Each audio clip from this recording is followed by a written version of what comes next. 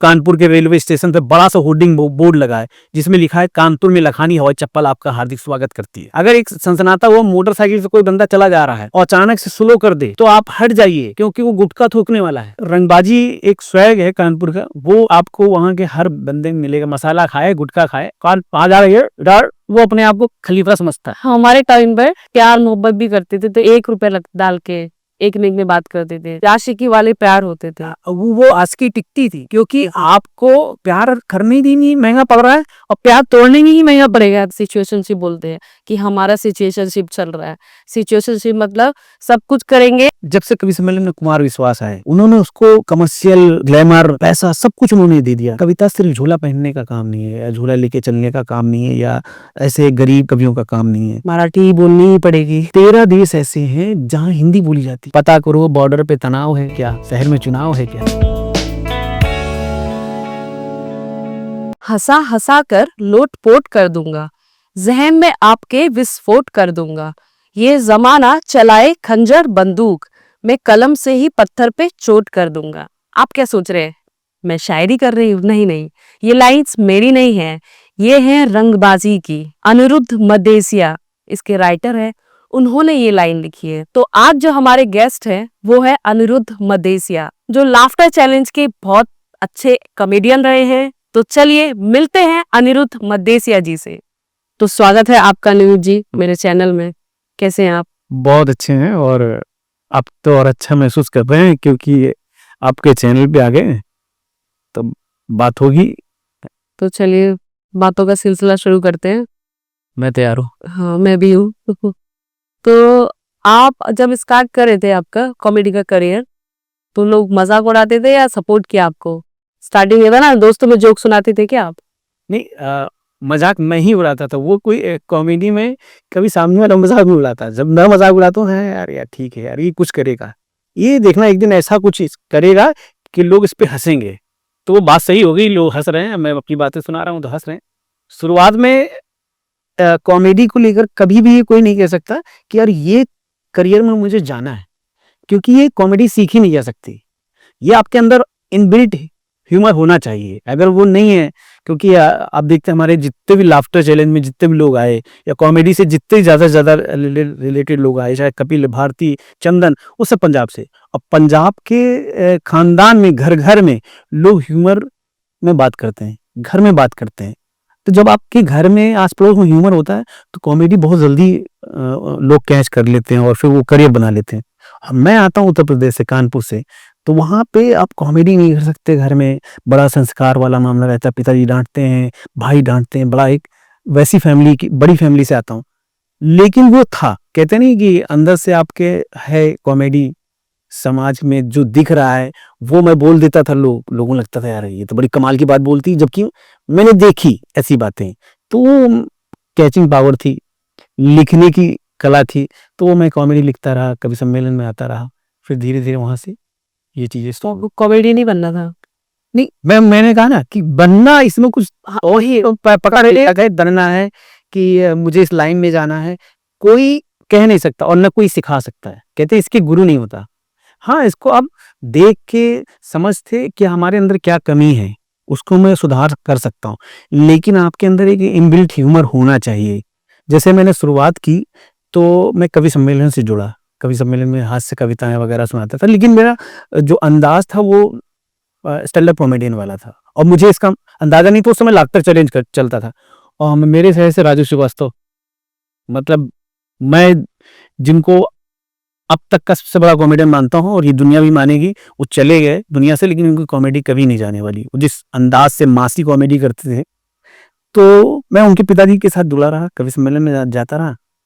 तो उस समय लाफ्टर चैलेंज चल रहा था, तो मैं राजू भाई के साथ कभी कभी मिलना होता था, लेकिन मुझे ही नहीं मालूम था इस लाइन में मैं कैसे जा सकता हूँ, क्योंकि टीवी था नहीं भर में।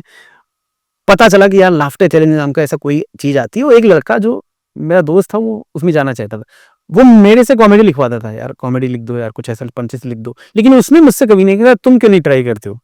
मैंने लिखा, वो मुंबई आया, उसने ऑडिशन दिया, फेल हो गया, मुझे फोन किया भाई नहीं हो रहा यार, तू आजा मेरे पास मेरा सपोर्ट के लिए।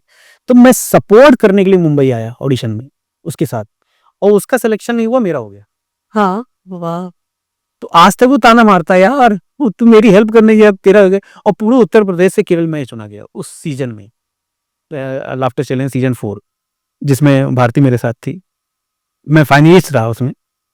तो ये हमारी जर्नी, तब से फिर मुझे समझ में आ गया मुझे क्या करना है, फिर सिलसिला शुरू हो गया। तो फिर उसके बाद जैसे आपने लाफ्टर चैलेंज किया, तो लाफ्टर चैलेंज एक बहुत बड़ा शो था, हाँ, तो उसको आपको लगा कि अब बस मेरा सपना पूरा हो गया, या सपने और ज्यादा मुश्किल हो गए थे शो करने के बाद? मधु सपना तो मेरा था ही नहीं, सपना ऐसा कुछ नहीं कि मैंने सपना देखा, क्योंकि मैं किसी दूसरे ऑडिशन दिलवाने आया था। हाँ, नहीं, लेकिन लाफ्टर हो गया लाइफ चैलेंज जैसे शो में हाँ, जाना, काम करना, आना, हाँ, वो भी लकीली आप आ गए। एक हाँ लकली आ गए और एक सेलिब्रिटी वाली पोजीशन बन गई, चैनल ने बॉन्ड कर लिया, यार आपको कहीं जाना नहीं है, शोज नहीं, तो मैं एकदम कहते नहीं अंदर पैक हो गया, मुझे दुनिया ही नहीं मालूम है कि मुझे कहाँ जाना है, किधर ऑडिशन देना है, किधर करना है, कुछ नहीं मालूम। और कुछ शोज भी आ रहे थे, तो वो अनजानकारी, मुझे जितनी जानकारी नहीं, मैं मना भी कर दे रहा हूँ, नहीं नहीं नहीं भाई ये मैं नहीं करता, ये नहीं करता। बाद में जब मुंबई में आप रहने लगते हो तब समझते हो कि यार स्ट्रगल ये है, अच्छा ये शोज होते हैं, ये सारी चीजें। लिखना तो मुझे आता था, लेकिन ये नहीं मालूम था नॉन फिक्शन क्या होता है, फिक्शन क्या होता है, फिल्में क्या होती है, वेब सीरीज क्या होती है, ये सारी राइटिंग कुछ का आइडिया नहीं था। मैं कॉमेडी लिखता था, दूसरों के लिए लिखता था, जो बोल देता था उसके लिए लिख देता था। तो फिर बीच में शोज वगैरह करने लगा, तो शोज से आज भी जो मुझे तसल्ली मिलती है, कहते हैं ना संता सुखाए, जब आप पब्लिक के बीच में जाते हैं और उसका रिस्पॉन्स आता है, वो किसी पैसे से मतलब उसकी तुलना नहीं की जा सकती। वो मुझे बड़ा मजा आता है कि यार पब्लिक के सामने, जयपुर में गया जयपुर की बात कर रहा हूँ, कानपुर गया कानपुर की बात कर रहा हूँ, तो वो चलता रहता है। भले ही चाहे मैं आज कुछ भी कर रहा हूँ राइटिंग में, लेकिन स्टेज मेरे लिए सबसे बड़ा प्रिय चीज है, क्योंकि लाफ्टर चैलेंज से पहले ही मैं स्टेज कर रहा था, कवि सम्मेलन वगैरह में स्टेज ही कर रहा था। ये लाफ्टर चैलेंज के बाद ही लोग आप कानपुर को तो फेमस आप हो गए होंगे लाफ्टर चैलेंज के बाद ही। हाँ, ये थोड़ा सा मेरे लिए बड़ा एक अपनापन रहा कि कानपुर से लाफ्टर चैलेंज में हर साल कोई ना कोई आया। पहले आए राजीव श्रीवास्तव भाई, सबसे बड़े नाम, राजीव निगम, राजन श्रीवास्तव, फिर मैं। तो कानपुर से हर साल कोई ना कोई एक बंदा लाफ्टर चैलेंज में आता था मोर्चा संभालने, बाकी सारे पंजाबी, और कानपुर से उत्तर प्रदेश से सिर्फ एक बंदा मोर्चा संभालने आता था। और अलग डिफरेंट, क्योंकि कानपुर से जो भी निकलता है वो राजू भाई की एक्टिंग और यार ये इस तरह की करना शुरू कर देता है। लेकिन मैं इकलौता आदमी था जो वन लाइनर्स पे की तरह कॉमेडी करता था, जो लिखा है वो बोल दिया। अब कानपुर के रेलवे स्टेशन पे बड़ा सा होर्डिंग बोर्ड लगा है जिसमें लिखा है कानपुर में लखानी हवाई चप्पल आपका हार्दिक स्वागत करती है। मैंने ये बोला, लोग हंस रहे हैं, जबकि हकीकत है एक सुरक्षा बोर्ड लगा है जिसमें लिखा है शहर के डीएम का नंबर ये, फायर ब्रिगेड का नंबर ये, थाने का नंबर ये, कोतवाली का नंबर ये, सबसे नीचे लिखा अपनी रक्षा स्वयं करे। तो लोगों को नंबर दिया, हाँ नंबर ही दिया। तो ये मुझे लगता है यार ये तो यार अलग कॉमेडी है, और इसी मेरी थोड़ी सी कानपुर में लोगों ने कहा यार ये लड़का है। और कनपुरिया लैंग्वेज कहते नहीं, सबसे ज्यादा कनपुरिया लैंग्वेज पे मैंने कॉमेडी की, वहां की प्रॉब्लम्स पर, वहां के रोड्स पर, वहां की टेम्पो पर, वहां की दुकानों पर जितनी भी बातें की, चाहे मैं चेन्नई में शोज कर रहा हूँ, चाहे मैं उड़ीसा में कर रहा हूँ, लेकिन मैंने कनपुरिया लैंग्वेज नहीं छोड़ी। यहाँ तक कि अभी मैं शोज भी लिख रहा हूँ उसमें भी कहीं ना कहीं कनपुरिया मेरी निकल जाती है। लोग कहते हैं मैं कानपुर से निकले हुए तो मुझे 16-17 साल हो गए, लेकिन मेरे अंदर से कानपुर नहीं निकल पा रहा अभी तक। तो कानपुर की मिट्टी में कुछ बात है, अच्छा कभी बात आते हैं। हाँ, कॉमेडियंस आते हैं, और वहां की कहते हैं ना भोकाल है, रंगबाजी है, और मेरी किताब भी इसीलिए रंगबाजी आई है।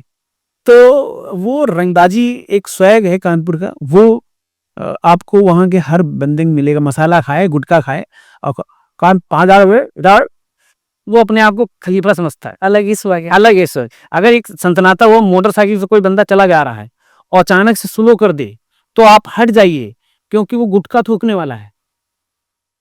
तो वो कानपुर के अंदर एक आपको जगह जगह कॉमेडी मिलेगी, तो उस वजह से मुझे बड़ा प्यार भी मिला। आज भी मुझे, मैं जाता हूँ तो मेरी कई होर्डिंग्स वगैरह लग जाती हैं त्योहार में, और मेरे नाम से लग जाती हैं।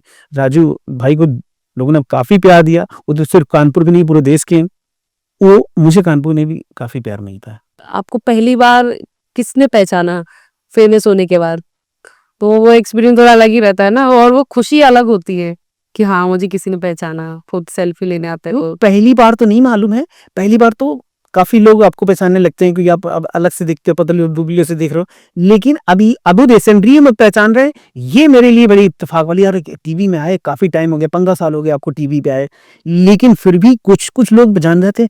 अरे यार, मतलब आज के 25 साल का, 24 साल का, 22 साल का लड़का नहीं जानेगा, क्योंकि जब आता था शो वो 7 8 10 साल का रहा होगा। लेकिन जो मिड एज के हैं, अरे आपको मैंने देखा है, आप देखे हुए लग रहे हैं। अच्छा अच्छा अच्छा, वो शो लाफ्टर चैलेंज में आते थे, आज भी लोग तारीफ करते हैं। वो शो आता था जिसमें पूरी फैमिली बैठ के देखती थी, अच्छा लगता था। अभी उस टाइप के शोज नहीं आ रहे हैं, क्या क्यों नहीं आ रहे हैं?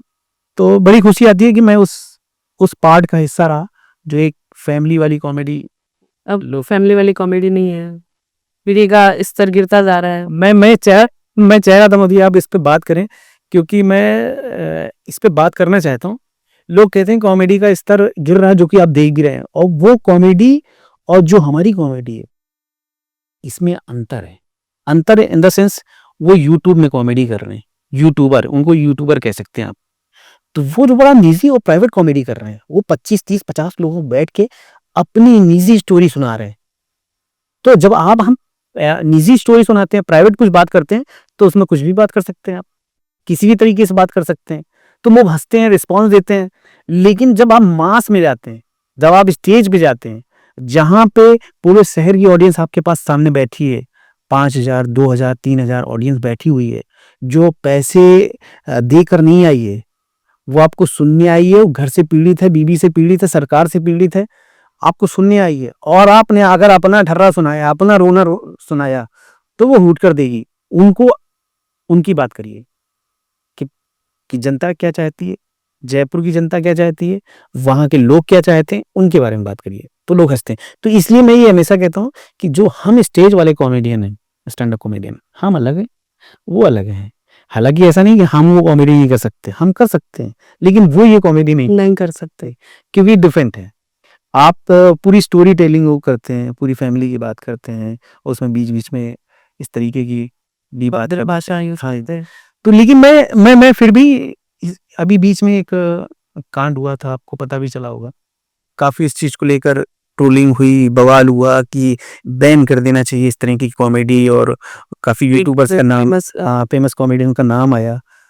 तो उस पर मैं यही कहना चाहूंगा, मैंने पहले ही इस पर लिखा भी, ये बिल्कुल गलत नहीं है वो किस तरह की कॉमेडी कर रहे हैं, करिए, लेकिन आप अपने आप को डिक्लेयर करिए कि हम ये कॉमेडियन हैं। जैसे कोई साइड होती है, जिस साइड पे हम जाके कुछ भी गलत देख रहे हैं, तो वो डिक्लेयर करते हैं ना कि हम गलत देख रहे हैं, हम गलत ही परोसेंगे। ये नहीं कि हम समाज का हिस्सा बन जाएंगे। हम समाज का हिस्सा तब बनेंगे जब हम सामाजिक बात करेंगे। जब हम प्राइवेट बात कर रहे हैं, तो हम क्लियर कर दें कि हम ये प्राइवेट आदमी हैं, हम इस कैटेगरी के लोगों को कैटर करते हैं। फिर ये नहीं होगा कि आप गणपति पे आके वो सुनाएंगे, बर्थडे में भी आके वो सुनाएंगे, मैरिज में भी आके वो सुनाएंगे, नहीं चलेगा।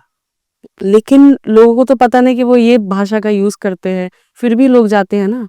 हाँ, देख, शायद ऑडियंस का टेस्ट बदल रहा है, अब जेनजी जनरेशन आ रही है, हालांकि उनको वैसी सब चीजें पसंद है। इस समय डिनाई नहीं कर रहा हूँ, मैंने ये तो बोला ना कि ऐसा नहीं कि मैं भी वो कॉमेडी नहीं देखता, मैं देखता हूँ, उनकी कॉमेडी देखता हूँ, मुझे पसंद आती है, कुछ नाम है, मुझे अच्छा लगता है, लेकिन मैं वो प्राइवेट में जाके देखता हूँ। ये नहीं कि वो बच्चे मेरे स्क्रॉल कर रहे हैं, उनकी कॉमेडी आ रही है, ये नहीं चलेगा। उनकी कॉमेडी आ रही, जो बच्चे नहीं देखना चाहते, जो माँ बाप नहीं देखना चाहते, वो भी कॉमेडी आ रही। वो समाज में इतना घुल मिल गए हैं, उनको आप एक अलग कैटेगरी दे दो, कर दो, आप कैटेगरी बांट दो, कोई दिक्कत नहीं है, मुझे कोई दिक्कत नहीं। वो अपनी उन्होंने अलग ऑडियंस बनाई है, अलग समाज बनाया है, अलग पैसा कमा रहे, बहुत बड़ी बात है, अच्छी बात है, मैं भी उनकी टिकट शो लेके देखूंगा। लेकिन ये नहीं कि आप हर जगह घुल मिल जाएंगे। अब आप इससे होता क्या है कि मैं कहीं शोज करने जाता हूँ, तो आयोजक आप पहले बोलता है, भैया देखिएगा यार, ये थोड़ा सा ऑडियंस मेरी फैमिली है, मेरे बच्चे हैं, वैसे जोक मत करिएगा। मैं नहीं करता हूँ, लेकिन सबके घेरे में आ गया। फिर भी आप इनकी वजह से हमारे शोज कम हो गए, खत्म हो गए, हमको बुलाया नहीं जाता कि नहीं नहीं यार ये तो वही करेंगे, क्योंकि उनको तो मालूम नहीं है, उनको तो मालूम नहीं, ये भी हंसाता है, वो भी हंसाता है, और एक हास्य कवि है, वो भी हंसाते हैं। तो हास्य कवि अलग है, स्टैंड अप कॉमेडियन अलग है, यूट्यूबर अलग है। इतनी ऑडियंस को तो सब और की जगह इतनी केकी बिकता है, उनको लिए थोड़ा से अलग है। हास्य कवि क्या होते हैं?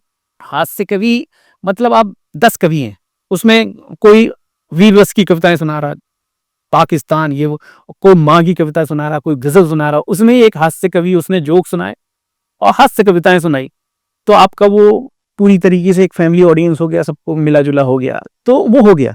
लेकिन अब चूंकि एक स्टैंड अप कॉमेडियन जाता है, सिंगर है पीछे, उसने गाने गाए, बीच में आके इस स्टैंड अप कॉमेडी ने स्टैंड अप कॉमेडी की और बढ़िया माहौल बनाया। एक है यूट्यूबर जो प्राइवेट अपनी टिकट शोज करते हैं, वो ऐसे मासिक शोज नहीं कर पाएंगे। तो ये तीनों अलग हैं, इन तीनों की कैटेगरी है, ये पब्लिक को समझना पड़ेगा। लोग कहते हैं आजकल गैंग ऑफ वासेपुर, मिर्जापुर इस टाइप की गाली गलौज वाली वेब सीरीज आती है, इसका विरोध करना चाहिए। बिल्कुल नहीं विरोध करना चाहिए। वो आपके घर में आकर नहीं दिखा रहे, उनका आपको एक मंथली पे देना पड़ता है, इनका चैनल होता है, उसमें आपकी मेल आईडी लगती है, मोबाइल नंबर लगता है, तब वो चैनल ऐप ऑन होता है। ऐसे नहीं ऑन होता है, आपका बच्चा था कि नहीं देख पाएगा जब तक आप उसको खरीदेंगे नहीं, उसका सब्सक्राइब नहीं करेंगे उसको। यूट्यूब तो फ्री है। तो यूट्यूब फ्री है, इसीलिए यूट्यूब में हमेशा सख्ती भी अब चल रही है कि नहीं नहीं बच्चे उस चीज को नहीं खोल सकते जब तक आप एज ग्रुप नहीं डालेंगे या कुछ नहीं करेंगे।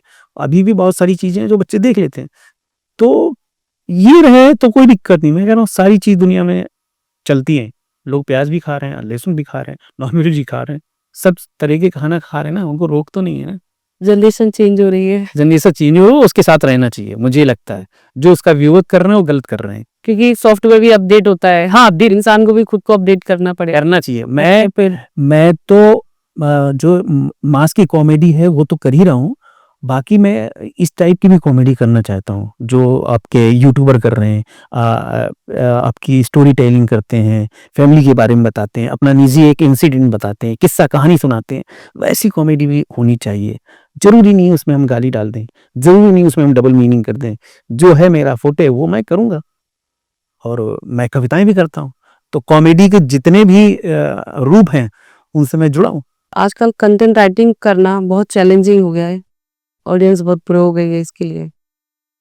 हाँ, ये चैलेंजिंग है, और देखा जाए तो जिस तरीके की जेन जी बता रहे थे हम, जेन जी ऑडियंस हो गई है, उनके अकॉर्डिंग आपको सोचना पड़ता है।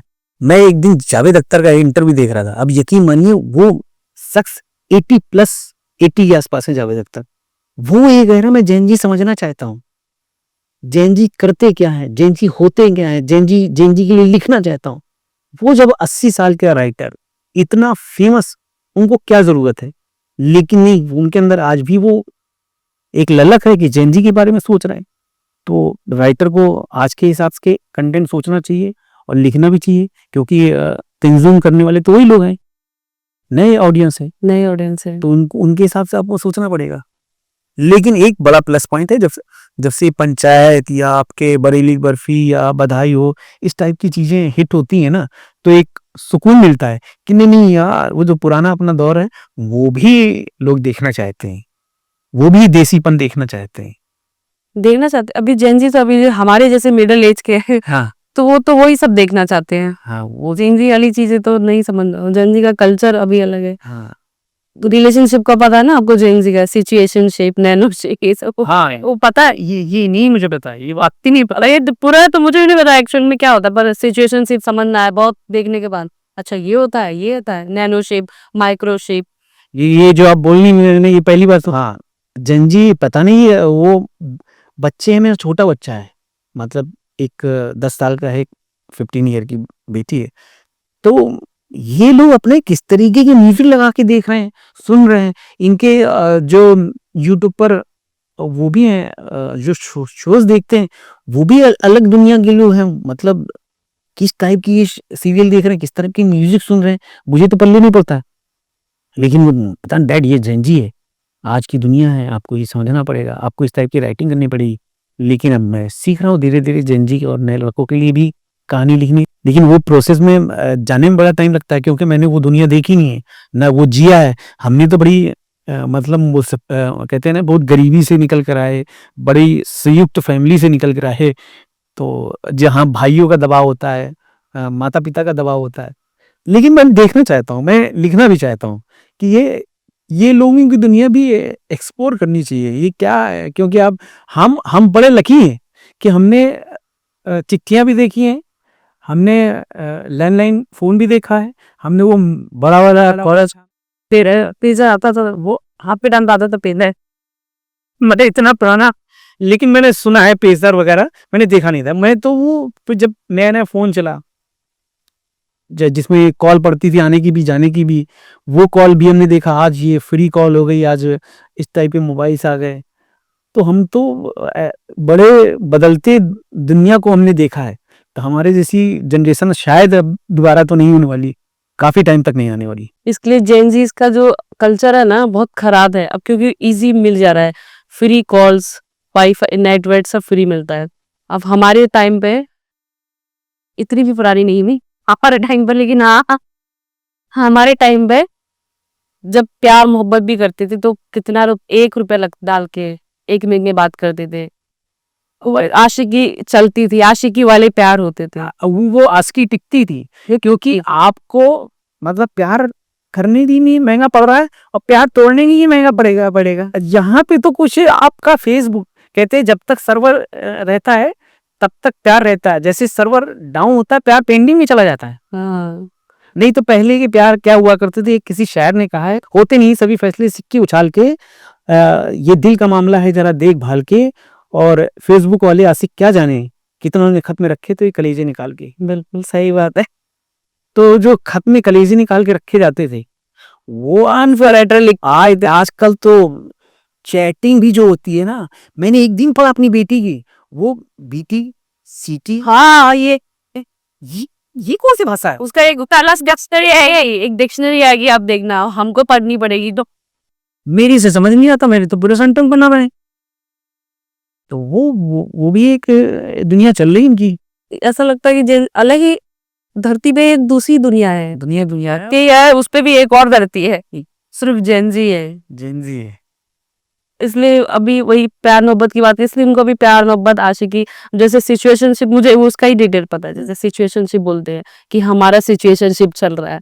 सिचुएशनशिप मतलब सब कुछ करेंगे, अटैचमेंट्स नहीं है, फीलिंग्स नहीं है, कोई किसी के साथ भी जा सकता, रह सकता है। वाह, ये सिचुएशनशिप है जेनजी की। ये मैं अपनी वाइफ से बात करूंगा, ये सिचुएशनशिप मैं समझ के आया। हम लोग नहीं कह रहा, हम हटा तुम्हारा सिचुएशनशिप चल रही भाई। अभी जब तक सिचुएशन सही है, तुम मुझसे सही से डील कर रही, तब तक हमारा संबंध है, नहीं सिचुएशनशिप नहीं। तो जब लोग परेशान होते हैं तो कॉमेडी देखते हैं। तो आप जब परेशान होते हैं, या होता है सबकी लाइफ में, एक डिप्रेशन आता है, कभी कुछ टेंशन होती है, अप एंड डाउन्स आते ही है, तब आप खुद को रिफ्रेश करने के लिए क्या करते हैं? कॉमेडी देखते किसी की? नहीं, कॉमेडी नहीं देखता हूँ। मैं कुकिंग करता हूँ। कुकिंग करने से बड़ा शौक है। मतलब मैं किचन में घुस जाऊंगा और कुछ ना कुछ यूट्यूब से देखकर, आजकल तो यूट्यूब है ना, यूट्यूब पर आप मतलब मैं समझता हूँ कि जो जिसको कुछ भी नहीं पकाना आता है वो भी कुछ ना कुछ पका ही लेता है। और जब से ये कोविड आया तो इसमें काफी कुक बन गए, जिनको जिनको नहीं आ रहा वो भी डिशेस बना के उसमें डाल रहे हैं। तो मुझे कुकिंग करना, मैं जाके वाइफ के साथ, बच्चों के साथ कुछ स्पेशल कुछ बनाता हूँ, कुछ ये करता हूँ। मतलब बर्तन भी साफ कर रहा हूँ, किचन भी साफ कर रहा हूँ, वो फिर मेरा जो रिफ्रेशिंग वाला मूड होता है, वो उसके बाद फिर मुझे लगता है कि यार अब जाके कुछ आराम मिला है, अब मैं कुछ लिखूंगा, और कुछ लिखता हूँ। अच्छा, आपको सर ऐसा कभी हुआ है कि आप लाइव शोज करते हैं आप, हाँ। तो कभी कहीं पे लाइव शो कर रहे हैं, या कानपुर में आप कर रहे हैं, या कहीं और भी कर रहे हैं, जोक सुना रहे हैं आप, कोई भी ना हंसा हो, कभी ऐसा हुआ आपके करियर में? ऐसा तो बहुत कम होता है। एक्चुअली में क्या है, आप कानपुर की बात कर रहे हैं ना, तो कानपुर क्या, मैं पूरे यूपी में भी मतलब मैं कुछ भी बोलूंगा लोग हंसेंगे, क्योंकि मैं वहां का रचा बसा बंदा हूँ। तो मेरे साथ अगर कोई बंदा दूसरा है कॉमेडियन, इत्तेफाकन वो यूपी से नहीं है, तो फिर वो मामला गड़बड़ होने वाला है, क्योंकि फिर वो ऑडियंस को का टेस्ट मुझे मालूम है, वहां मैं छा जाऊंगा। थोड़ा शायद अर्बन या मेट्रो सिटीज में मेरी बातें उतना ना इम्पैक्ट कर पाए, लेकिन मैं ये भी जानता हूं कि अगर पंचायत जैसा सीरीज सबको इम्पैक्ट दे रहा है, मेट्रो सिटीज में भी, अर्बन में भी, तो इसका मतलब ही कहीं ना कहीं शहर के अंदर भी देसी लोग हैं। बिल्कुल। देसी से कनेक्ट होता आदमी। तो मैं ठेठ देसी हूँ, इसलिए मुझे नहीं लगता है कि कभी ऐसा मामला रहा कि लेकिन बहुत बहुत लोग खड़ूस होते हैं ना, बहुत लोग खड़ुनाओ हंसते नहीं, मैं इनको देख के डिमोटिवेट होता हूँ कि यार ये तो हंस ही नहीं रहा, मेरे जोक में कमी है क्या कुछ। हाँ, वो उसका कहना ही नहीं रहे, नहीं हँसते तो भी मैं उन पे कुछ बोल देता हूँ कि आप नहीं हँस रहे हैं, घर से डाँट खा के आए क्या है? या घरवाली का बड़ा प्रेशर है या कुछ भी ऐसी बातें बोल देता हूँ, तो वो माहौल थोड़ा-थोड़ा बन जाता है। और जब अगर बिगड़ा नहीं है, ठीक है, वो तो मैं फिर पेमेंट लेके आया हूँ, मैं तो अपनी काम करके जाऊँगा और सुना के जाऊँगा, वो तो अलग बात है। फरमाइश भी करते होंगे ना आप, वो जोक सुनाओ, या राजू श्रीवास्तव जी का बोलते होंगे कि उनके जैसा करके दे। बच्चे का बर्थडे है तो मेरे बच्चे को कुछ हाँ, हालाँकि यही जो होता है कि अगर बच्चे की बर्थडे में चला गया, तो लोग अपने बच्चा गोद में दे देते हैं, क्योंकि अरे बेटा इनको पहचाना, अरे वो क्या पता क्या पहचानेगा छोटा सा बच्चा। और बच्चे को कुछ सुनाओ, बच्चा जिसमें मजा आए, बच्चे को क्या मजा आएगा, बच्चे को लग रहा है ये अंकल क्या पका रहे हैं यार, ये हटे तो फिर मैं कुछ अपना लोग शैतानी में कुछ करें। तो ठीक है, मैं वहां गया तो बर्थडे से रिलेटेड या फैमिली से रिलेटेड कोशिश करूंगा कि 10-15 मिनट आधे घंटे पहले पहुंच जाऊं शोज में और उसके बारे में जानकारी ले लूं कि भैया ये चाचा है, ये मामा है, ये बुआ है, ये फूफा है, उनसे रिलेटेड अपनी जितनी भी मेरी आइटम्स हैं, जोक्स हैं, उनको उसमें कनेक्ट कर देता हूँ कि भैया मामा जी ये कह रहे थे, बुआ ये कह रही थी, तो सबको लगता रही है तो मेरे बारे में बोल रहा है, जबकि मैं नहीं उनके बारे में बोल रहा हूँ, मेरे तरह से है, लेकिन मैं उनके नाम उसमें ले लेता हूँ। तो ये थोड़ा-सा एक कला है, वो इसलिए है क्योंकि मैं खुद का राइटर हूँ। तो राइटिंग की अच्छा ये मैं आपको और क्लियर कर दूँ कि ज़्यादातर हमारे जो स्टैंड अप कॉमेडियन हैं, वो उनके राइटर्स होते हैं। वो दूसरे के कंटेंट्स या आपके जोक्स वो बोलते हैं और कुछ राइटर्स कॉमेडियंस होते हैं जो राइटर होते हैं, खुद के कंटेंट बनाते हैं। तो ये भी अंतर रहता है। तो मेरा तो ये था कि मैं बेसिकली अंदर से राइटर हूँ। तो कंटेंट बनाना मेरे लिए ईज़ी रहता है। तो जो कॉमेडियन खुद अगर लिखते होंगे तो मुझे लग रहा है वो ज़्यादा बेहतर लिख पाते होंगे। बेहतर लिख पाते हैं, बेहतर परफ़ॉर्म कर पाते हैं। ये बहुत अच्छी बात कही आपने, क्योंकि मैं अगर मान लो जयपुर जा रहा हूँ शो करने, तो मैं फ्लाइट में बैठे-बैठे जयपुर के बारे में या जिस ये कंपनी के बारे में शो है, उस कंपनी से रिलेटेड 2, 4, 5 बातें, 10 बातें, ये तो जॉनी भाई भी हमारे कहते हैं। जॉनी लीवर हमारे मतलब हमारे लिए तो प्रथम श्रेणी के कॉमेडियन हैं जिनको हम देखकर अच्छा आप लोगों को जितने लोगों को ये लगता है कि जॉनी भाई इतनी फ़िल्मों में कॉमेडी करते हैं, उस टाइप के कॉमेडियन हैं, लेकिन वो सबसे अच्छे स्टैंड अप कॉमेडियन हैं। उनकी शुरुआत स्टैंड अप कॉमेडी से हुई है और आज भी उनके टिकट शोज़ होते हैं और ज़बरदस्त आप देख लीजिए मतलब आत्मा ही तृप्त है। जो स्टेज पे वो करते हैं, 2-2 घंटे पब्लिक को हिला देते हैं। वन मैन शो अकेला बंदा कॉमेडी करता है, ये बड़ी बात होती है। स्टैंड अप कॉमेडी की यही खासियत है कि वो ना तो कोई बैंड, ना कोई कुछ, कोई इंस्ट्रूमेंट, अकेले खड़े होके हँस रहा है। सबको हाँ, देखिए घंटे तक पब्लिक सुनती है, तान के रखना। बांध के रखती है। तुम राइटर की बात कर रहे थे तो जैसे आप लाफ्टर चैलेंज में थे, तो वहाँ पे आप खुद लिखते थे या राइटर लिख के देते थे? नहीं, राइटर्स थे लाफ्टर चैलेंज वालों के भी थे, लेकिन मैं खुद का कंटेंट लिखता तो बहुत सारे लोग खुद का कंटेंट लिखते थे। मैं चूँकि मैं कवि सम्मेलन फैकल्टी से था, तो लिखना तो वैसे भी आता था पहले भी, तो कंटेंट मैं खुद भी लिखता था। मेरे साथ जो भी 2-4 कॉम्पिटिटर भी थे, जो दोस्त थे जसवंत अच्छा, तो उनकी कंटेंट पे भी मैं मेहनत करता था। मुझे नहीं मानता हार-जीत से कोई लेना-देना है। अच्छा, तो मैं महँगा कर पता तो नहीं करते। नहीं, नहीं अपने लिए काम करते हैं। नहीं, उस समय आपको कंपटीशन में दोस्ती नहीं होती है। उस समय आपको उतना नहीं, आप छोटे शहर से आते हो। आपने इतना बड़ा मंच नहीं देखा। कानपुर जैसे शहर यार वाले हैं। तो आपको पता नहीं चलता है कि यार इतनी बड़ी दुनिया है, अच्छा ये भी दुनिया है, ऐसी शूटिंग होती है, ऐसा कुछ होता है। आपको तो ये लगता है जो आता है, वो सुना दो, वो बता दो, वो कर रहे हो, तो कोई चालाकी होती नहीं है। यहाँ शहर में आने के बाद आप जब थोड़े से वो हो जाते हो तब चालाकियाँ आती हैं, तब आप खराब होते हो। पहले तो आप रॉ होते हो, बहुत निश्चल होते हो कलाकार, और कलाकार जितना निश्चल हो वही अच्छा है। आपका कलाकार 19-20 चलेगा, इंसान अच्छा होना बहुत ज़रूरी है, जॉनी भाई की बात है। बिल्कुल। तभी आगे प्रोग्रेस तभी मिलती है। तभी और बहुत लोग आगे चले भी जाते हैं। आगे चले जाते हैं। तो आप भारती सिंह के साथ थे लाफ्टर चैलेंज में ना? हाँ, भारती सिंह के साथ मैं नहीं था, भारती मेरे साथ थी। तो अब वो जोड़ी जो हाँ, जोड़ी थी, हम लोग ने काफ़ी साथ में जोड़ी परफ़ॉर्म किया और वो 2008-9 में आया था और मैं उत्तर प्रदेश से केवल अकेला चुना गया था उसमें और पूरा देसी लौंडा एकदम पतला-दुबला सा, तो अब वो थोड़ी-सी हेल्दी, तो हम लोग की जोड़ी बनी हुई थी। तो लाफ्टर चैलेंज में एक मेरे साथ एक कांड भी हुआ, जिसमें मतलब पिताजी हमारे एक्सपायर हो गए। चलती शूटिंग, हाँ शूटिंग यहाँ चल रही थी और पिताजी को हार्ट अटैक पड़ा, और शूटिंग के दिन ही मुझे फ्लाइट पकड़ के कानपुर जाना था। उनको अग्नि दे के मैं वापस आया और शूटिंग चल रही थी। 1 घंटे के लिए केवल मैं गया था कानपुर, सिर्फ 1 घंटे के लिए। और मैंने अपने कपड़े भी नहीं बदले थे, नहाया भी नहीं था, वही आके कोट पहना और जाके परफॉर्म किया। सिद्धू ने खड़े होकर सैल्यूट किया था कि मतलब कोई आदमी ऐसा है कि जो डेड बॉडी से आया हो और उसने हंसाया हो। तो मैं फाइनल तक गया और मुझे मेरे मेरे टीवी में ये दिखाया जा रहा था, मेरा नाम जोकर और मेरा राज कपूर का और मेरा चल रहा था। और मेरे घर में मीडिया ही मीडिया कि यार ये लड़का परफॉर्म कर रहा है, देखो उसके पिताजी और सिद्धू भी, चाहे उस तुषार कपूर आ रहा हो, चाहे चंकी पांडे आ रहा हो, कोई आ रहा हो, देखो इसके पिताजी कल एक्सपायर हुए हैं, इसके पिताजी आज एक्सपायर हुए हैं। तो वो हंसने का मुझे सिंपैथी भाव से देखता था। तो मैंने डायरेक्टर से बोला, मैंने अब नहीं परफॉर्म कर पाऊंगा, मैं अब आउट होना चाहता हूँ। बहुत मुश्किल दौर था। बहुत मुश्किल है, क्योंकि आप नहीं, और वो भी कॉमेडी करनी है आपको। आप नहीं रोना चाहते हो, लेकिन आसपास वाले आपको रुला रहे हैं। तो वो परफॉर्म मैं टॉप 6 में जाके आउट हुआ। फिर उसके बाद चीज़ों को समझ में आया कि कॉमेडी कैसी होती है, परफॉर्म क्या होता है। वो फिर धीरे धीरे आया, अभी तक सीख ही रहा हूँ।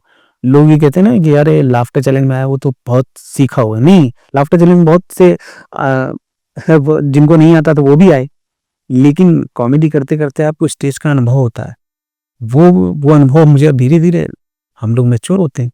तो राइटर को इसलिए बोलते हैं कि उनको एकांत बहुत पसंद है, अलग दुनिया में रहते हैं। आधे पागल भी उनको बोला जाता ही नहीं है, वो अलग ही जोन में रहते हैं राइटर्स। नहीं, वो पहले होता था, पहले ये कवियों के लिए भी कहा जाता था कि वो अरे झोला लेके चल दिए, और तभी डिफाइन किया ना रामा और वो झोला लेके लाए। लेकिन जब से कवि सम्मेलन में कुमार विश्वास आए, उन्होंने उसको बुरा बदल दिया। कमर्शियल, ग्लैमर, पैसा सब कुछ उन्होंने दे दिया। उन्होंने पहुंचाया कि कविता सिर्फ झोला पहनने का काम नहीं है, या झोला लेके चलने का काम नहीं है, या ऐसे गरीब कवियों का काम नहीं है। उन्होंने फिर उसको बताया कि यार आम लोगों तक पहुंचना भी कवि को होना चाहिए। आप इतनी भारी भाषा लिख दें, इतनी कठिन भाषा लिख दें कि आप वहां तक पहुंच ही नहीं रहे। उसके लिए मैं अपनी कविता के बारे में, ये किताब के बारे में बोलना चाहूंगा। ये किताब रंगबाजी इसका उदाहरण है। इसका उदाहरण ये है कि कुमार ने ये जैसे बहुत कविता को सरल कर दिया ना, कि आम लोगों तक पहुंच जाए। जो आज की जेनजी सो कॉल्ड नए लड़के हैं, उनको कविता से कैसे जोड़ा जाए। जब आप उनकी भाषा में बात करेंगे, उनकी भाषा में कविता सुनाएंगे, तो वहां तक पहुंच जाएंगे। तो वही कुमार ने किया, और कोशिश मेरी भी यही है। ये कविता, ये जो मेरी आई है रंगबाजी, ये लोगों को पसंद आ रही है। बोल रहे हैं कि ये किताब बोलती है, इसमें क्या कवि हास्य कविताएं हैं, इसमें हास्य कविताएं, हास्य कविताएं, लेकिन वैसी कविताएं नहीं है कि आपने किताब में पढ़ी कविताएं, वैसी नहीं। मैंने स्टेज पे परफॉर्म किया, तो इसलिए बोलती किताब है।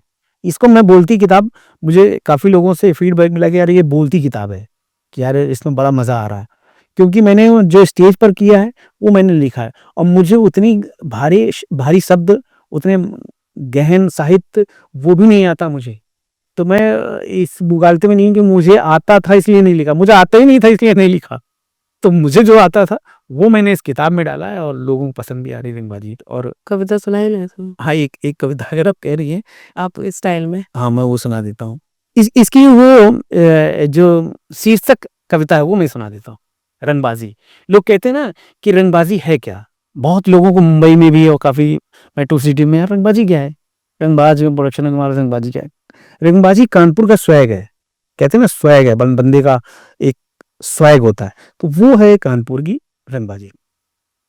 बेफिक्री का अंदाज है रंगबाजी, बेफिक्री का अंदाज है रंगबाजी, मस्त मौला मिजाज है रंगबाजी। रंगबाजी तो आ जाती है आपके कुछ होने से, रंगबाजी बनी रहती है पिता के सिर्फ होने से। रंगबाजी उस दिन की जब मां ने रोटी से पिज्जा बनाया था, स्कूल में अपने दोस्तों को बड़ी रंगबाजी से दिखाया था। मन चाहा खाना मिल जाना है रंगबाजी, फरमाइशों का पूरा हो जाना है रंगबाजी। पिता का गर्व है रंगबाजी, माँ का हर पर्व है रंगबाजी। मोहल्ले में कोई हाथ लगाए किसकी मजाल है, रंगबाजी बड़े भाई का पूरा भोकाल है। और दीदी से पैसे लेकर जो मौज उड़ाई थी, रंगबाजी से कहता था वो मेरा भाई थी। कलाई में बंधन का बंध जाना है रंगबाजी, बाजुओं का हौसलों से तन जाना है रंगबाजी।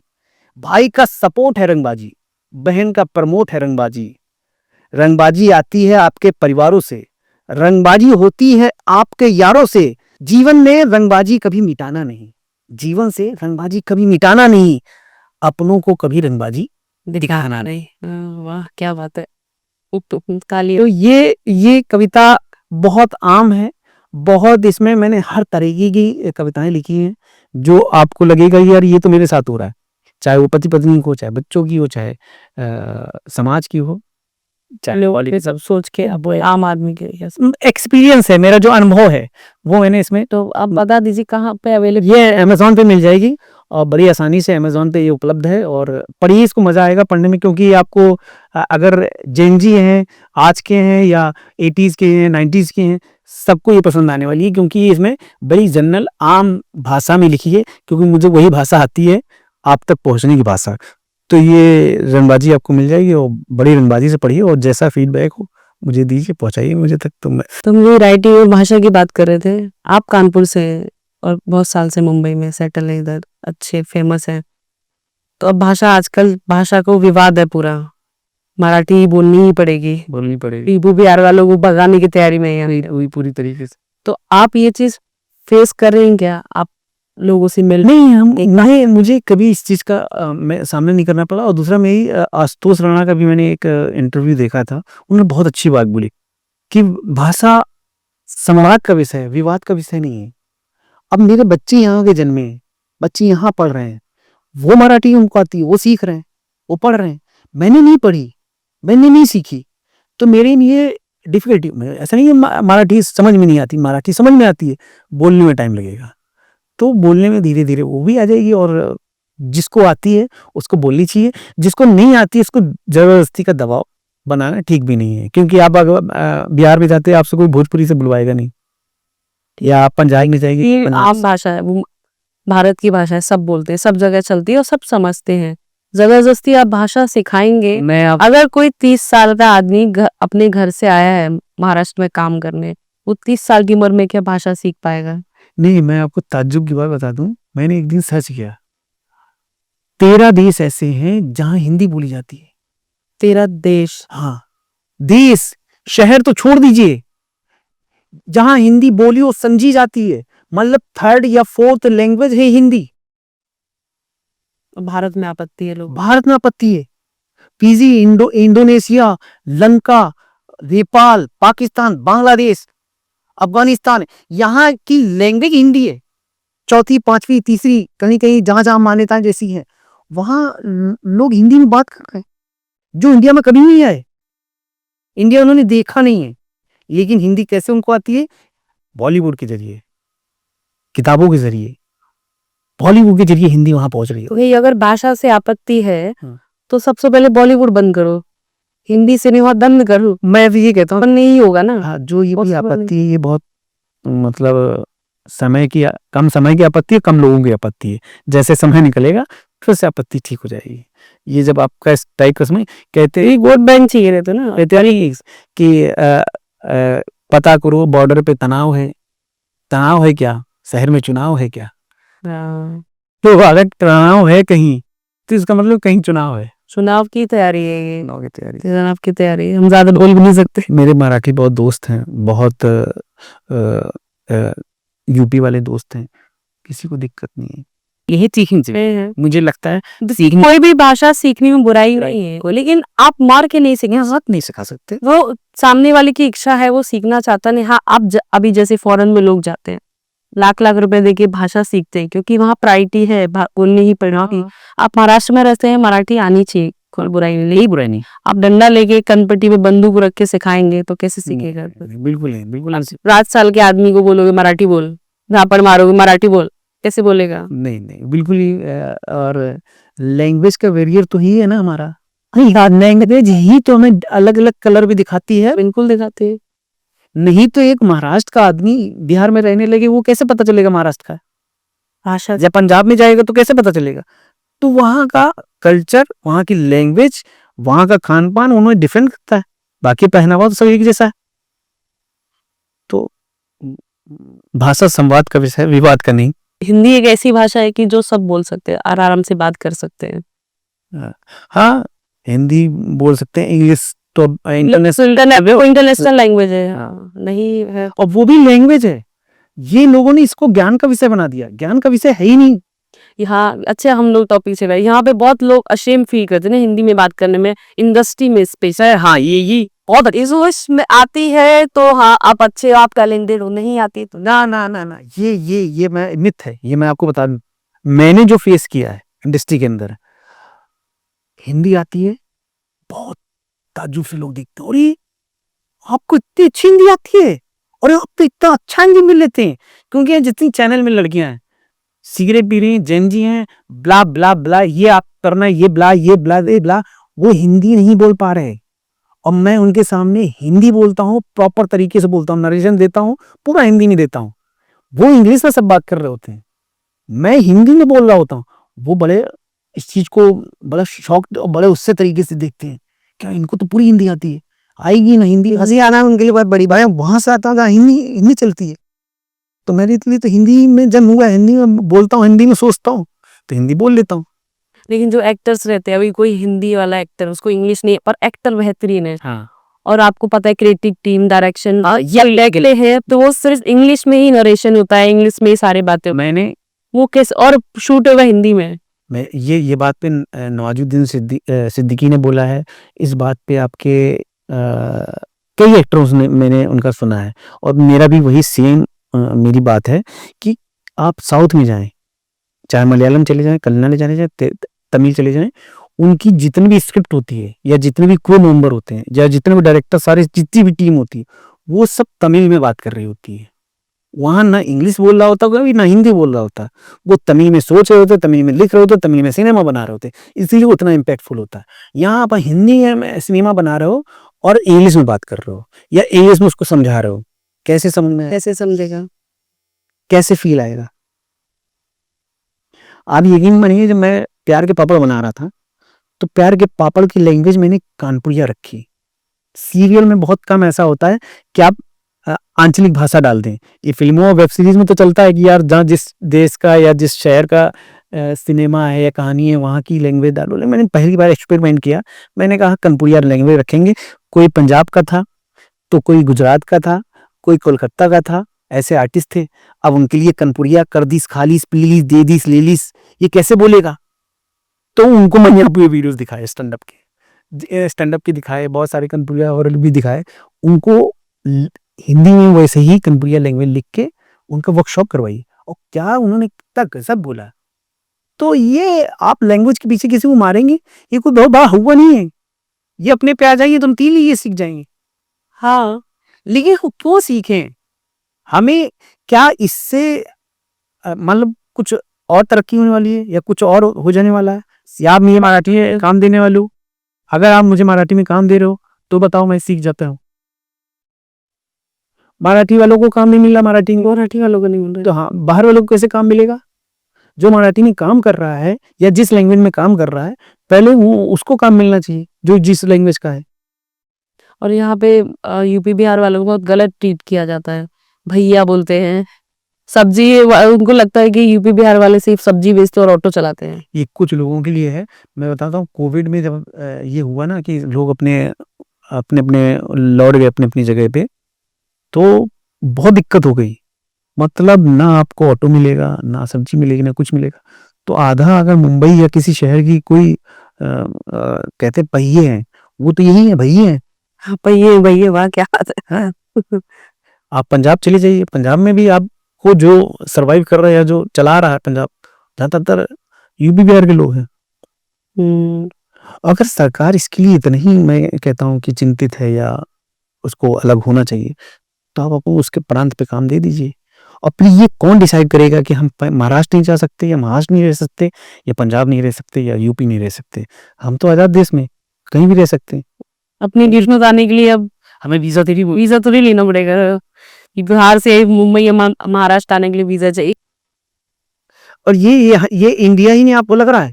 इंडिया के बाहर आप चले जाएं, दुबई चले जाएं या ऑस्ट्रेलिया चले जाएं, आपको एक कोई वहां का भी मिल जाएगा ना, असम का, वो भी आपको अपना भाई लगेगा कि और ये तो भाई यार मैं पाकिस्तान तक नहीं जा रहा, तो आपको लगेगा अपना भाई है। अपना भाई है। तब आपकी लैंग्वेज और भाषा सब किनारे लग जाती है। यहीं पे आके यहीं पे आके आपको लगता है कि अरे हाँ फॉरेन में तो एक भी में से कहीं हाँ ये इंडियन से दूर तक का कोई दिख गया, अरे इंडियन से अरे ये पाकिस्तानी, अरे बांग्लादेशी, अरे मेरे पास का ही है। कभी आपके साथ ऐसे होता है हुआ है क्या कि आपका रोल किसी और को दे दिया और मतलब बिकॉज ऑफ कि किसी बड़े लोग ने प्रेज दिया? ये हुआ है और एक बहुत फेमस शो में हुआ है, लेकिन अब उसका नाम लेने से कोई फायदा नहीं है। और जिन्होंने किस चैनल पे किस पे आता था? जाएंगे सोनी पे आता था, और वो शो जो जिन्होंने किया मेरी जगह पे, वो उनका भी अच्छा खासा नाम हो गया। और मैं करता, शायद वो डेस्टिनी होती है कि आपको उस तरीके से करवा देती है डेस्टिनी कि आप नहीं कर पाते वो शो। लेकिन ठीक है, मुझे ये लगता तो बुरा लगता होगा ना कि मेरा ये कैरेक्टर था, हाँ मेरी जगह किसी और को दे दिया। एक तो ये था, एक तो और मैं बोलता हूँ, एक कलर्स पे शायद था शो, वो उसमें काफी कुछ हो गया था और बाद में पता चला साहब दूसरे लोग कर रहे हैं। और ये तो शो की बात कर रहा हूँ, मैं आपको ऐड की बात बताता हूँ। शुरुआत में नए नए मैं अपने आप को एक्टर मानने लगता, मुंबई में आते ही बंदा कैमरे के सामने आया, उसने मेकअप किया, तो हर आदमी अपने आप को एक्टर मानने लगता। तो मुझे भी थोड़ा सा भ्रम हो गया कि मैं एक्टिंग कर लेता हूँ, और मुझे एक ऐड के लिए बुलाया गया। अच्छा, जितनी भी मैंने जहाँ स्ट्रगल की एक्टिंग के मामले में, वो मुझे बुलाया गया, मैं कहीं ऐसे गया नहीं क्योंकि वो हिम्मत नहीं जुटा पाया। तो मुझे ऐड के लिए बुलाया गया, मैं गया और मैंने वो ऐड किया। ऐसे ही शूट करते हैं ना आपको कि ये दिखाएंगे, फिर इसके बाद प्रॉपर शूट होगा ऑडिशन टाइप का। मैंने किया और सिलेक्ट हो गया 4-5 लोगों में। तो बोले आप 4 लोगों में है, किसी एक दिन आपकी शूट होगा। उन्होंने एग्रीमेंट वगैरह सब साइन करा लिया, पैसे वैसे सब लॉक हो गए। कुछ दिनों तक फोन नहीं आया मेरे पास। बाद में देख रहा हूँ वही ऐड सैफ अली खान कर रहे। तो मुझे रियलाइज हुआ, अरे बाप रे, अच्छा ये मुझसे करवा लेते हैं हम लोगों से, फिर ये बड़े एक्टर्स को बताते हैं देखो ऐसे ऐसे करना है। क्योंकि वो तो उनको नहीं टीच कर सकते ना कि सैफ अली खान को कैसे बताएं, नहीं आपका सही नहीं हो रहा, आपका गलत हो रहा। अक्षय कुमार को कैसे बताएंगे गलत हो रहा। तो वो 3-4 अच्छे लोगों से करवा लेते हैं, फिर बाद में बताते हैं नहीं आपको इस तरीके से करना है। कॉमेडियन ज्यादातर ना अपने एंजाइटी डिप्रेशन के बारे में बात नहीं करते हैं। मोस्ट ऑफ कॉमेडियन उनको क्योंकि वो शायद पब्लिक को दिखाना नहीं चाहते कि हम लोग दुखी होते हैं, हम हंसाते हैं सिर्फ, और उनके पीछे दुख भी होता है। क्यों नहीं बात करते कॉमेडियंस? बात करना चाहिए या नहीं करना चाहिए? इमेज खराब होती है। नहीं, अगर हम अपने दुख की बात करने लगे स्टेज पर, जहां मुझे पैसा मिला हंसाने के लिए, कौन सुनेगा? कभी नहीं सुनेगा, भगा देगा। और अगर वो मान लो हम सुना भी रहे हैं, तो शायद उसमें लोग हंसी ढूंढ लेंगे, हंसेंगे। तो हम दुख की बात कहानियों के माध्यम से कर सकते हैं, राइटिंग के माध्यम से कर सकते हैं, जो निकाल सकते हैं। और कोई हमारे पास माध्यम नहीं कि हम उनको जोक के माध्यम से सुना सकते हैं। हाँ, कोई ट्रेजेडी घर में है, उसको हम जोक के माध्यम से कह पाते हैं तो कह देते हैं और लोग हंसते हैं। जैसे मैं अपनी गरीबी के बारे में बताता हूँ, लोग हंसते हैं। यार सात भाई के बारे में बता रहा, भाई इनके यहाँ इस तरीके से स्थिति थी, लोग हंस रहे हैं, जबकि मेरी हकीकत है वो। भारती सिंह अभी पूरा छाई हुई है सब जगह। वो हमेशा व्लॉग्स बनाती है, हंसी हंसी मजाक, हंसी मजाक। पर ऐसा तो नहीं है कि उनकी लाइफ में कुछ प्रॉब्लम नहीं होगा, और क्योंकि लोग उनको सिर्फ इसके लिए ही देखते कि वो हाँ आती है, और अगर वो दुख दिखाने लग जाएगी व्लॉग में तो शायद लोग नहीं देखेंगे। नहीं देखेंगे। और दूसरी बात ये है कि कभी कभी आप एक इमेज पे ऐसे पहुंच जाते हो, जैसे भारती पहुंच गई, कपिल पहुंच गए, ये अपने दुख भी दिखाएं या अपने कुछ भी दिखाएं, लोग देख रहे हैं, इनको देखना चाहते हैं, किसी भी तरीके किसी फॉर्म में देखना चाहते हैं। हम हमेशा बात करते हैं मीडियोकर की, जहां पे चॉइस अनचॉइस के ज्यादा चांसेस होते हैं कि आपको पसंद भी किया जा सकता है, नापसंद भी किया जा सकता है। वहां आपको बड़ा सतर्क रहने की जरूरत होती है मीडियोकर कलाकारों के उसमें। जब आप एक इमेज क्रॉस कर गए हैं, तो प्रूफ भी आप कुछ भी करिए। इतने सारे कॉमेडियंस आए लाफ्टर चैलेंज में, ठीक है, तो 2-4 ही सक्सेसफुल हुए जिनको सब जानते हैं। बाकी सब कहाँ चले गए, क्या कर रहे हैं, और क्या किस्मत भी इसमें साथ देती है। मेहनत तो उन्होंने भी की थी, और जो 2-4 आज फेमस है बहुत ज्यादा, उन्होंने भी की है।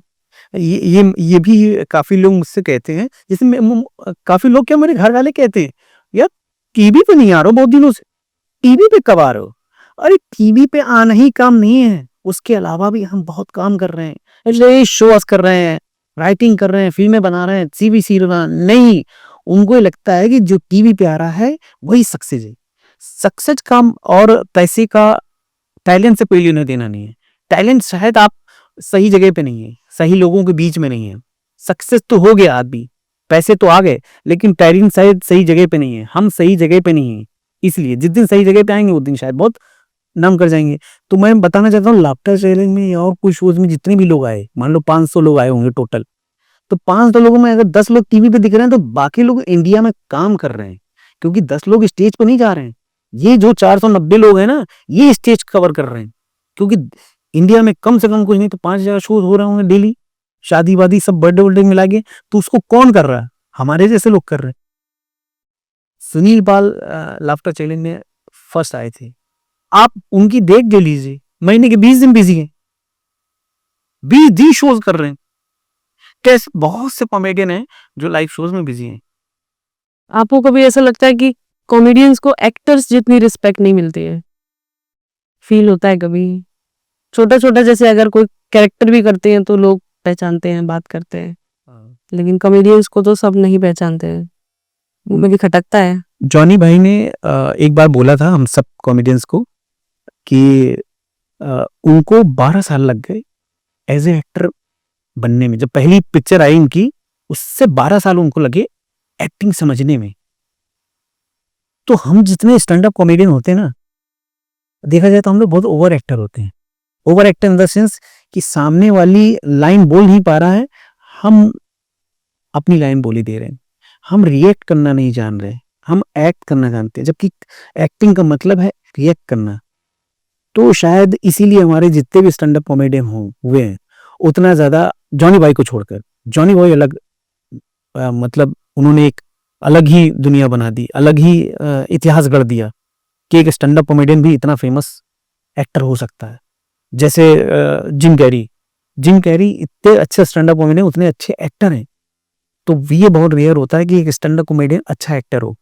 तो इसलिए स्टैंड अप कॉमेडियन को एक्टर की जितनी इज्जत मिलना वो अलग चीज है, वो अपनी जगह पे है, हम अपनी जगह पे। हम स्टेज के बादशाह हैं, वो कैमरे का बादशाह। और आजकल एआई का जमाना है, तो एआई आगे चल के क्रिएटिविटी खत्म कर देगा, लोग उस पे पूरा निर्भर हो जाएंगे, लोगों का दिमाग चलना बंद हो जाएगा। नहीं, ये एआई जब आया ना तो काफी हड़कंप मच गया कि यार वो तो कुछ भी डाल दो, आप एक लाइन डाल दो वो कहानी बना देता है, आप एक स्क्रिप्ट एक पेज दे दो वो पूरी पिक्चर बना देता है। ऐसा हवा क्रिएट किया गया। और जब मैंने एआई यूज करना शुरू किया, मैंने कहा भाई ये देखिए क्या चीज है, क्रिएटिव बना लेता है कि नहीं कुछ। तो जब मैंने जाना कि ये एआई जो है ये सिर्फ आपका बाहरी दुनिया तो बना देगा, आत्मा कहाँ से लाएगा? आत्मा तो उसके पास है ही नहीं, सोल तो है ही नहीं। सोल तभी आएगी जब आपके सोल से वो बात निकलेगी। तो एआई या कितनी भी दुनियादारी आ जाए, सोल नहीं ला पाएगा, दिल नहीं ला पाएगा। दिमाग तो ले आएगा, दिल आपको डालना पड़ेगा। कहानी में, कविता में, कॉमेडी में वो आप डाल सकते हो, वो इंसान डाल सकता है, ना कि एआई डाल सकता है। तो इससे आप बेफिक्र रहिए, वो थोड़ा बहुत तो करेगा, लेकिन वो कहीं यूज नहीं होने वाला, वो इंसान की वैल्यू बनी रहेगी। आप अच्छे कॉमेडियन हैं, तो चलते चलते हम एक जोक सुनना चाहेंगे आपसे। चलते चलते मैं एक जो मैंने शुरुआत में बोला था, कॉमेडी में मुझे दिखती है हर जगह। जैसे कानपुर में मैंने बताया कि लखानी हवाई चप्पल आपका हार्दिक स्वागत करती है, वहाँ का सुरक्षा बोर्ड लगा रहता है। मैं जब जॉनी भाई से पहली बार मिला तो जॉनी भाई को मैंने एक आइटम सुनाई, तो वो बड़ा मतलब बहुत खुशबू, वो बहुत, उन्होंने कहा ये यार तुम्हें देखा कैसे, दिखा तुम्हें कैसे? मैंने कहा मैं आंखें बुझे देखता हूँ और मुझे ये दिखता रहता है ऐसी ऐसी कॉमेडी। मैंने कहा एक मैं बड़े बड़े शहरों में मॉल होते हैं जहां जरूरत का आपको सामान मिल जाता है, लेकिन आप छोटे शहरों में जाइए, छोटे कस्बों में जाइए, वहां पे एक बोर्ड लगा होता है हर दुकानों में, जहां पे सारी दुकान सारा सामान मिल जाता है। वहां एक बोर्ड पे लिखा था प्यारे लाल आटा चक्की एंड कॉस्मेटिक एवं क्लॉथ हाउस तथा पान पहले टी सेंटर। नोट हमारे ऑर्डर देने पर रजाई गद्दे में भरी जाती है तथा ताजा पनीर हर वक्त तैयार मिलता है। विशेष सीमेंट बालू के थोक विक्रेता पप्पू स्टाम्प वाले नेत्र रोग विशेषज्ञ, पीसो चालू है, कटे फोटे नोट बदले जाते हैं, करोई और मीठासीन सब एक जगह मिलता है। बाप रे, डी मार्ट बना दी। डी मार्ट बना दिया। आप वहाँ छोटी दुकान में आप जाइए, पेट्रोल भी मिल जाएगा, तरह की सब्जी भी मिल जाएगी, लौकी की सब्जी मिल जाएगी, झाड़ू भी रखे हुआ, चप्पल भी रखे हुआ। इतना मॉल में नहीं होता जितना वहाँ पे आपको, फिर आउटर में कोई दुकान चली जाइए, वहाँ सब मिल जाता है। कि आप जैसे बड़े बड़े शहरों में डॉक्टर होते हैं, कोरोना में हमारे छोटे शहरों में एक छोटी जो कहते हैं ना, चूल्हा शॉप डॉक्टर हैं, ये बेकार डॉक्टर हैं, शटर वाले डॉक्टर हैं, सबसे ज्यादा कोविड में उन्होंने बचाया लोगों को, क्योंकि वो पता नहीं कौन सी इंजेक्शन लगाते हैं, कौन सी ग्लूकोज चढ़ाते हैं जिससे आदमी ठीक हो जाता है। आप सर्दी हो, जुकाम हो, मलेरिया हो, बुखार हो, टीबी हो, कैंसर, कोई भी बीमारी हो, वहां जो डॉक्टर होता है ग्लूकोज से दवाई इलाज करता है, बिना मरीज से कुछ सवाल पूछे उसको ग्लूकोज ठोक देता है। एक दद्दू ग्लूकोज लगवा के निकले, मुझे पूछा दद्दू क्या प्रॉब्लम थी, बोले प्रॉब्लम कुछ नहीं थी, हम तो केवल पता पूछने ग्लूकोज हम ग्लूकोज लगा देते। तो हाँ, और ये अच्छा, ये जब मैं बात करता हूँ तो लोगों को लगता है यार बुराई कर रहे हैं, बुराई नहीं कर रहे हैं, मैं बता रहा हूँ ये ऐसा वहाँ हालात हैं, तो लोगों से। थैंक यू अनिल जी, बहुत मजा आया आपसे बात करके, बहुत अच्छे अच्छे जोक हमने सुने और हंसे भी, मैं बहुत ज्यादा हंसी। इनकी बुक आ रही है रंगबाजी, अमेज़न पे अवेलेबल है, आप जाके लीजिए, बहुत मजेदार है। एक कविता इन्होंने सुनाई हुई है और आप हंस हंस के पागल हो जाएंगे। मैं इस चैनल को, जितने भी लोग देख रहे हैं इस पॉडकास्ट को और मधु जी के इस इंटरव्यू को, भैया मैं एक बात ही कहना चाहता हूँ, भैया जमा के एकदम हौकम हौक एकदम से छा जाओ और रप्पा रप एकदम फैला दो, ये पॉडकास्ट एकदम फेमस कर दो। अरे भैया इधर उधर के पॉडकास्ट कह ही रहे हो ना, अरे यार छापते रहो, एकदम भूकाल मचा दो, रायता फैला दो। मैं कह रहा हूँ बहुत मजा आने वाला, एक से बढ़कर एक भैया सेलिब्रिटी आने वाले हैं, हंगामा काटने वाले हैं, तो मजा बहुत आने वाला, मौज बहुत आने वाली, जानकारी बहुत मिलने वाली है। तो जानकारी से बड़ी कोई चीज तो है नहीं, तो जानकारी लिए रहो और सब्सक्राइब और इसको लाइक करते रहो भटाभट, समझ रहे हो ना। इसलिए हम कह रहे हैं खाओ पियो मौल लियो, कम पड़े और लियो, पापा कसम बहुत लल्लन टाप। भैया ये अड्डा है, यहाँ इस अड्डे पे आना जरूरी है। Thank you. तो देखा आपने कितना मजेदार पॉडकास्ट था ये थे अनिरुद्ध मदेसिया। आशा करती हूँ आपको ये पॉडकास्ट बहुत अच्छा लगा हो और बहुत आपने एंजॉय किया होगा। मजा आया तो आप वीडियो को लाइक करें, शेयर करें, सब्सक्राइब करें, और मिलती हूँ अगले एपिसोड में अपने नए गेस्ट के साथ। तब तक के लिए नमस्कार।